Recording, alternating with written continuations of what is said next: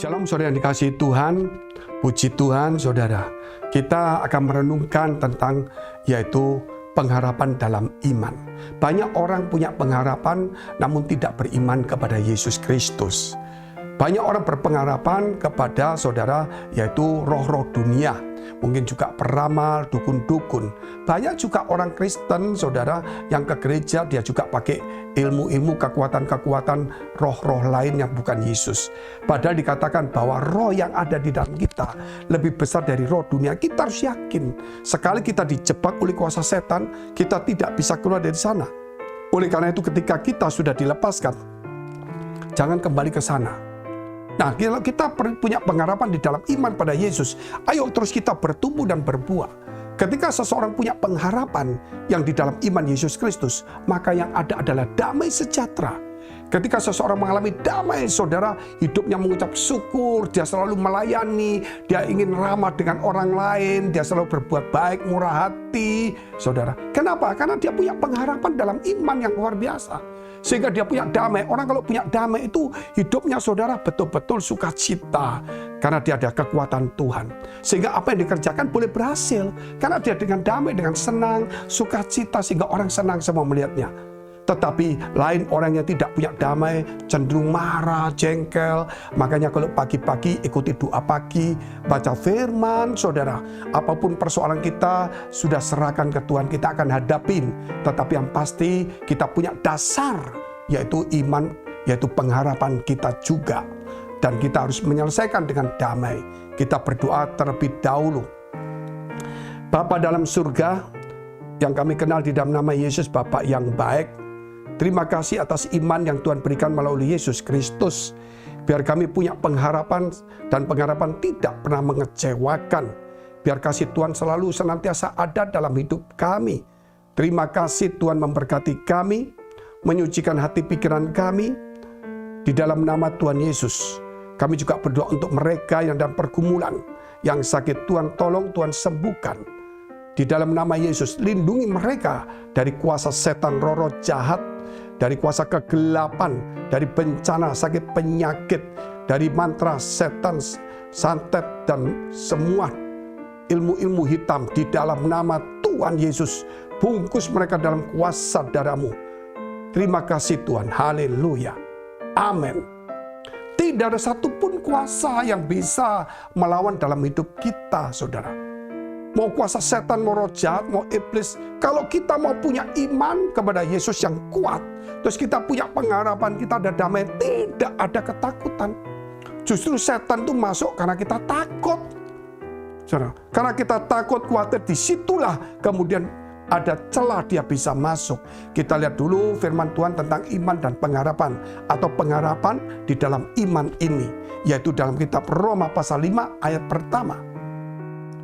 Sebab itu kita yang dibenarkan karena iman, kita hidup dalam damai sejahtera dengan Allah oleh karena Tuhan kita Yesus Kristus. Inilah ayat yang luar biasa yang diberikan kepada, yaitu saudara, kalau kita orang-orang Israel yang ada di Roma, bahkan juga orang-orang yang bukan Israel yang ada di Roma. Saat itu orang-orang cendekiawan, orang-orang yang berhikmat, orang-orang Israel dan bangsa-bangsa lain yang pandai, yang bangsawan, yang pejabat, yang kaya, yang terhormat ada di Roma. Sebab itu kitab ini ditujukan, saudara, pelajaran ini kepada orang-orang Roma, sehingga disebut kitab Roma. Tetapi apa yang diisikan dari situ dikatakan, saudara, bahwa kita harus punya pengharapan. Pengharapan, kalau orang nggak punya pengharapan, nggak ada kehidupan. Kalau orang nggak punya pengharapan, nggak ada kegiatan. Kalau orang tidak punya pengharapan, saudara, menjadi apatis, dia malas. Justru pengharapan itu ada dari Tuhan. Jangan cuma saudara memberi pengharapan kepada orang malas. Nanti dia bergantung kepada saudara menjadi sakit, saudara. Tetapi buat dia percaya Tuhan yang memberikan pengharapan yang pasti. Nah, itu harus dimulai dengan iman kepada Yesus Kristus. Ketika mereka beriman pada Yesus, yakin, maka damai itu muncul. Ketika damai itu muncul, kita berjalan menuju ke pengharapan dengan hati yang damai sejahtera. Kita lihat ayat selanjutnya. Oleh Dia kita juga beroleh jalan masuk oleh iman kepada kasih karunia ini. Di dalam kasih karunia ini kita berdiri dan kita bermegah dalam pengharapan akan menerima kemuliaan Allah. Jadi kalau kita melihat oleh iman ini kita masuk dalam kasih karunia. Dalam kasih karunia ini kemudian kita berdiri untuk apa? Menerima kemuliaan Tuhan. Jadi iman ini saudara gak main-main. Kalau imannya kita tidak murni, iman kita ini tidak teguh, membuat kita tidak damai. Sehingga kalau tidak damai, maka kasih karunia saudara menjadi sesuatu yang saudara abaikan.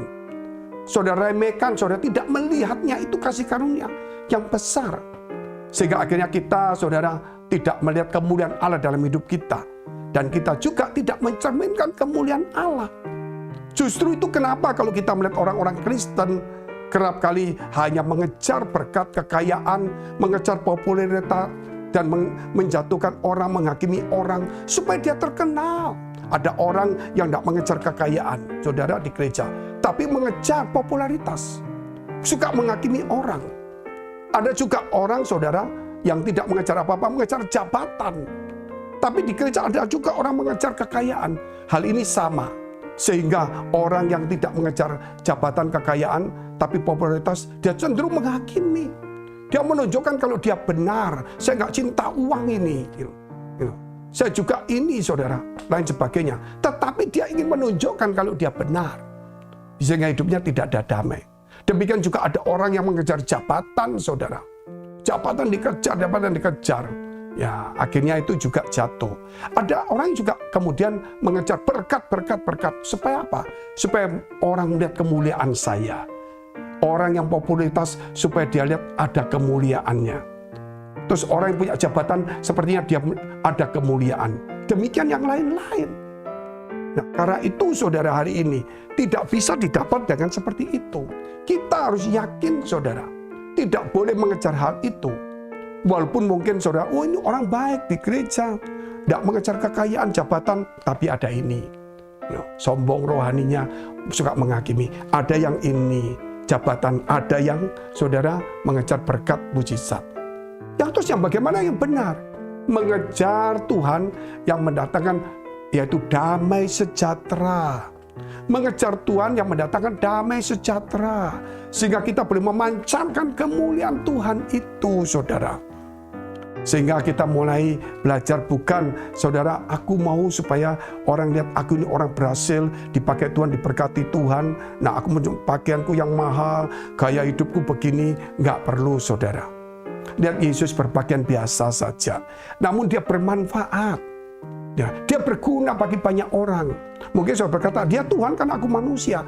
Ya, saya tahu. Tetapi kita manusia Allah, anak-anak Allah. Setiap orang yang percaya itu mencerminkan Kristus di dalam dirinya. Walaupun bukan Kristus, tapi dia adalah Kristus kecil. Yang ada di dalam dirinya adalah Yesus dan Roh Kudus yang mengerjakan hal yang baik.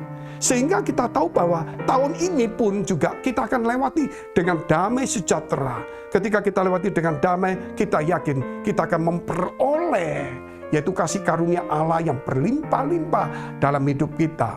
Sehingga iman dan pengharapan kita itu saudara semakin kuat dan kita tahu tidak sia-sia. Sehingga kita menjadi berkat bagi banyak orang. Yakinlah tahun ini jalani yang benar saudara. Yaitu jangan jauh dari kasih karunia Allah. Bangunlah pengharapanmu dari iman pada Yesus Kristus. Dan hiduplah di dalam damai sejahtera. Maka berkat itu akan turun dalam kehidupan kita. Saya akan berdoa untuk saudara semuanya. Kami berdoa Tuhan untuk semua saudara kami. Supaya mereka Tuhan boleh hidup di dalam damai sejahtera. Hidup di dalam kasih karunia yang melimpah. Supaya iman pengharapan mereka Tuhan tidak sia-sia. Supaya berkat jasmani dan rohani dilimpahkan kepada mereka. Supaya mereka dilindungi dari si jahat. Kami juga berdoa untuk mereka yang dalam kekurangan, kesulitan, tantangan, pergumulan. Kiranya Tuhan tolong mereka. Mari dekapkan kedua tanganmu di dadamu. Engkau yang memohon pertolongan dan pergumulan, yakinlah. Supaya kasih karunia Allah melimpah turun kepadamu. Engkau yang sakit, tumpangkan tangan bagian sakit. Di dalam nama Yesus, jadilah sembuh, jadilah pulih, jadilah kuat. Dan diberkati Tuhan dalam nama Tuhan Yesus. Haleluya. Amin. Jika saudara masih membutuhkan pelayanan doa dan konseling, silakan hubungi nomor tertera. Tuhan Yesus memberkati.